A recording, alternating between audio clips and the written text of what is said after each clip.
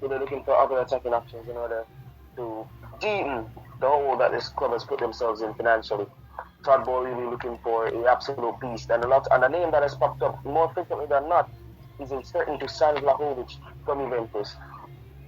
As you know, Jackson, City have the money, they have the capabilities, and they have the approach. They've lured a lot of players there despite not even qualifying for the Champions League. You see them getting Dusan Vlahovic, and not Vlahovic. Which other big name striker in Europe could you see them poaching this summer?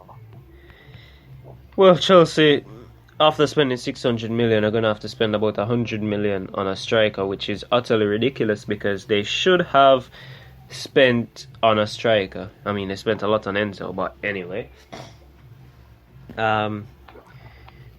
If they miss... The key thing here is Champions League football, right? Everybody wants to play in the Champions League now. And Vlahovic has been rumoured. Yes, that is true. So has Victor Osimhen. Now, Osimhen has always been the most likely option for Chelsea. Now, if it's not Osimhen or Vlahovic, and this is a big wild card, it will not happen because we've seen what happens in the past with these two clubs. But Harry Kane, Pochettino, Poch wants him. Kane loves Poch as a coach. It could happen if Daniel Levy wasn't stuck up. I remember when Chelsea offered about 60 mil for Modric, and he rejected it and sold him to Madrid for 32 million. I mean, Madrid got the deal there, but anyway, there are many strikers in the market, because even Gonçalo Ramos could be an option if he decides to play for Chelsea and leave Champions League football. Again, Gift Orban is a good one. I nearly said Loic Openda, but he's already found a move. Maybe even Karim Adeyemi, we don't know. But Chelsea need a striker. And if it's Vlahovic, Juventus want to keep him. Juventus, I think, will be in the Conference League, if I'm not mistaken. But both teams are not in where they need to be, where they should be. And, maybe there's a chance to take a little nick at opportunity there. Alright, sure enough. Moving on from that matter to our next. And Real Madrid were interested in signing Kai Havertz, but the deal have broken down as it stands. Madrid are not interested, are no longer interested in buying the player because of the fee demanded of Chelsea. I don't know the fee. I don't think it's been revealed, but it said that the interest has died down. Jackson, I would say to you as a Madrista, that would probably be the darkest year in your guys' history. Like, come on, bro. Havertz? It would be dark. I mean, Havertz. Why go for Havertz? Man. Yeah, but it would be dark. I mean, there are people who... I know, look, Havertz, and I can say this. I know Havertz from he was at Bayern Leverkusen. And I can confidently say that he's always been rubbish his entire life. I've never seen a good Havertz performance in a club jersey, never. I can tell you that, because I remember when he was first rumoured to Chelsea, and I was like, why are Chelsea spending 80 million on this kid? What the hell? What is he good at? What is he actually good at? I just don't know, and apparently Madrid want him regardless. They don't want to pay around 60 million euros, which is fair. Because Havertz is not that level of player. He's not played like that level of player ever in his Chelsea career. I mean, Havertz was a talent. But it's a talent that never got blossomed. Never took the next step. Maybe he went to Chelsea too soon. We don't know. But Havertz to Madrid would not make any sense for anybody, man. Best you go out and get bloody Paul Mullen. Come on. It's not that deep. Yeah, it is that deep, bro. It is that deep, man. Best you go get Paul Mullen than Havertz, man. At least Mullen can score your goals. Fair enough. I mean, I still stay in Madison, but chat logs. Moving on from that onto the next topic of the day, and probably the biggest news of this summer. Lionel Messi has agreed a deal to sign with Inter Miami from the Major League Soccer. They compete in the Eastern Conference. Shocking, absolutely shocking. But at the same time, I understand. Why I say I understand? While you had a $1.2 billion offer on the table, while there was always chance to go back to Barcelona, he did have offers in Europe from Newcastle and Inter Milan, but his heart was only set on Barca. Inter Miami comes in with an actual really good deal, 33% of the club, I believe. Yep. He's getting 50 Right? million a year. Shares, yeah, shares in Microsoft, was it, and some other companies, It's Apple, man. Apple and he TV. made it for Apple. Sorry. And at the end of the day, he's going to the destination where he will inevitably win his second World Cup in a row. You know, can't really complain. It's just for a family decision. Messi has won everything that he can possibly win in Europe. He hasn't won. He hasn't. He does not have one trophy that he couldn't have won. Right? Maybe the Prem, but he never played in the Prem. But at the same time, man, dominating La Liga for 18 years, going to France, winning 2 league titles in 2 years. Fans didn't deserve him. Fans never appreciated him. And now he's wrapping up his boots. Right? Safe to say, that is a great end to, or a fitting end to a career of greatness such as this. To be relaxing on the beaches in Miami, not a care in the world, right? In a country where football really isn't that popular, so you won't even be harassed by a lot of people.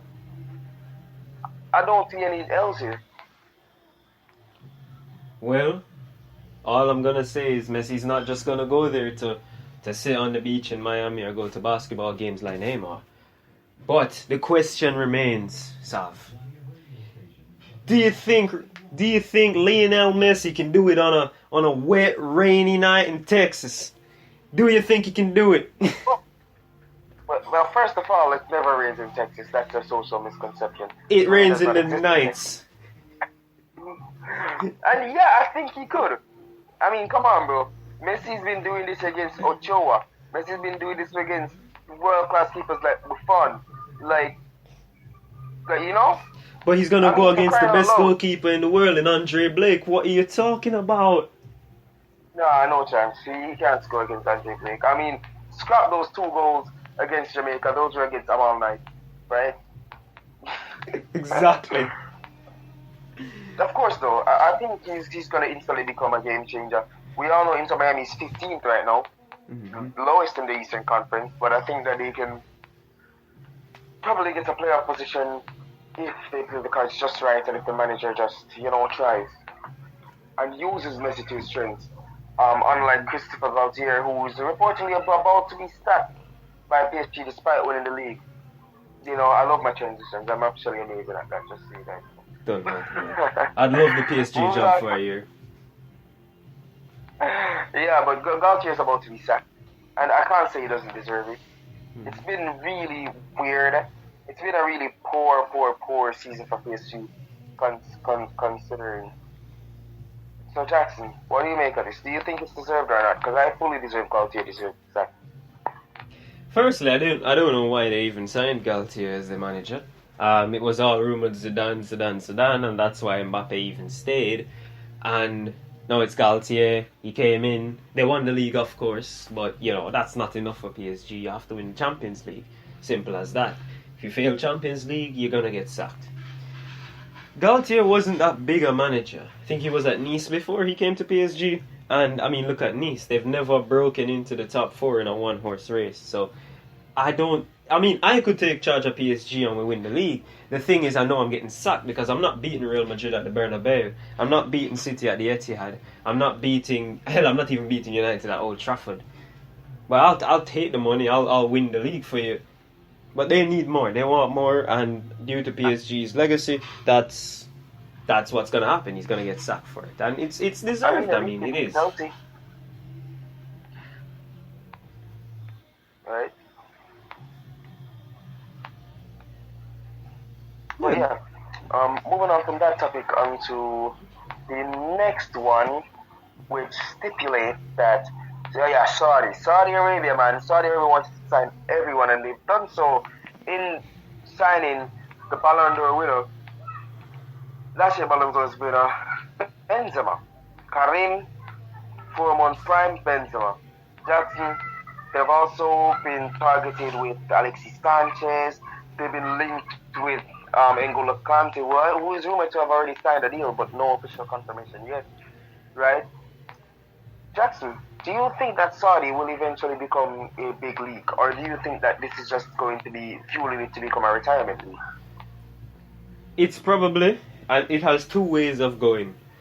There's only two ways it can happen. It can develop into the best league in the Asian continent, because that's where they would be in Asian Champions League and such like that.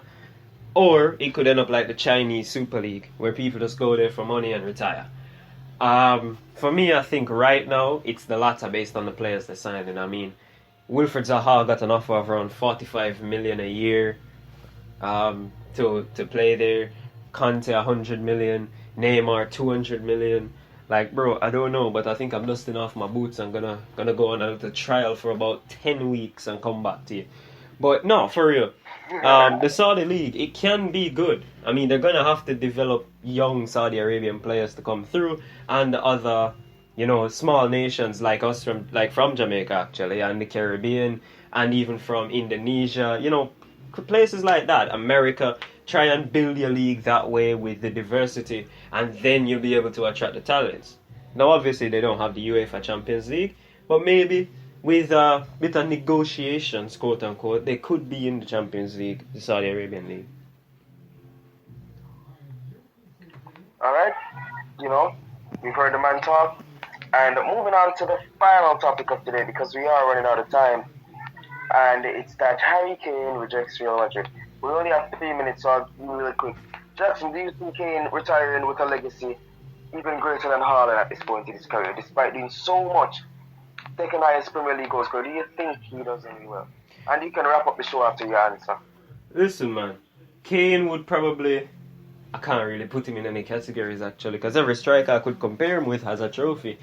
But Kane, you could use Kane as an example of even Emmanuel Adebayor, If you ever hear what some people saying, Van Dijk's only good nowadays because of the strikers, if he went up against Adebayor, different statement, which is true. In the future, in about 10, 15 years, we're going to be saying, those defenders ain't good. If they had to go up against Harry Kane, they'd have a night. And that's what he's going to have to be. He's a good goal scorer. England's finest, second finest. Alan Shearer still top. Hell, third finest, Rooney still top. Anyway, but no, for real. Kane needs to leave. Kane, whether it's Man United, Chelsea... Bro, if you need to buy out your own contract, because you're only on 200 grand a week, you could buy that out. It's less than 10 million. You've made more than 10 million. You could buy out your contract and leave. Kane needs a trophy. If it's even... Look, one thing I will say, and this is the last point I'm saying. Anywhere Kane goes that has Champions League football, they will be favourites to win the Champions League. And I don't care if City's there. Whoever gets Kane is winning the Champions League next season. It could be Newcastle. Doesn't matter. But, you said wrap up. This is the end of the show again. Again, guys, thank you for listening in.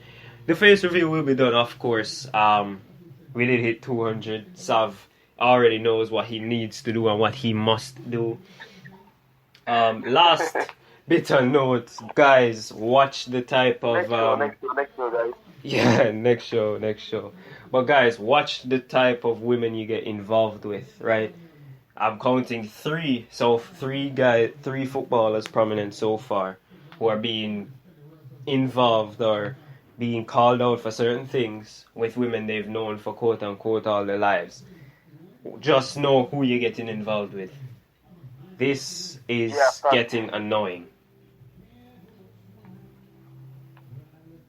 Any final thoughts, Saf, before we go back to the JPL? Free Anthony. Free Anthony. Wow. Okay. Free Anthony. Yeah, and we might have some developments around a certain other right winger who used to play for Man United. And, on the front page of the English papers today, it wasn't about any treble winning. It was about Marcus Rashford and his fiancée breaking up. So, we know what the priorities are in England. But we'll see you guys next week. As per usual, same time, same place. See you. Vamos.